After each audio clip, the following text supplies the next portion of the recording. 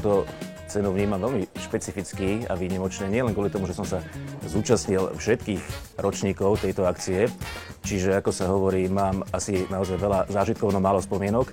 Ja som určite sám, nechcem menovať, ale musím povedať, že spočiatku som to vnímal, keďže 7 rokov som sa toho zúčastňoval ako novinár, veľmi tak špeciálne, preto som si hovoril, že preboha hovorca bude ocenený ten, čo mlží, zahmlieva a povie jednu vetu ešte to úradným jazykom tak, aby sa nedala použiť. No, zrazu prišlo také osvietenie ku mňa a zo dňa na deň som teda išiel na tú druhú stranu.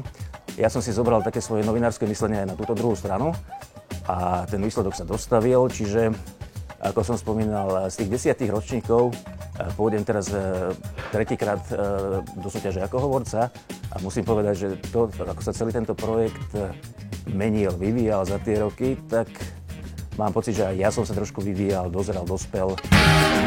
Tak mne sa osobne vybaví ten prvý ročník 2006. Tam to bolo ešte trošku také komornejšie, ako som spomínal, už sa to celé vyvíjalo za tých 10 rokov. Teraz viem, že chodí okolo 500 ľudí, v tom čase tam nás bolo možno 100-150 ľudí.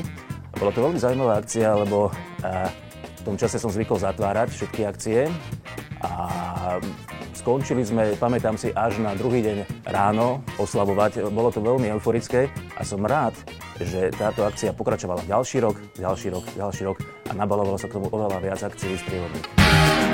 10. výročie je naozaj vždycky okrúhle dôležité, zaujímavé. Je to také, akože odchádzame z detského veku do dospelejšieho veku, do puberty. Ja už tú pubertu mám za sebou, tento projekt, tá puberta len čaká. Takže verím, že sa utrasie, ustáli a bude sa rozvíjať. A ja mám pocit, že ešte ja zvládnem niekoľko 10 rokov, takže určite sa budeme stretávať pravidelne.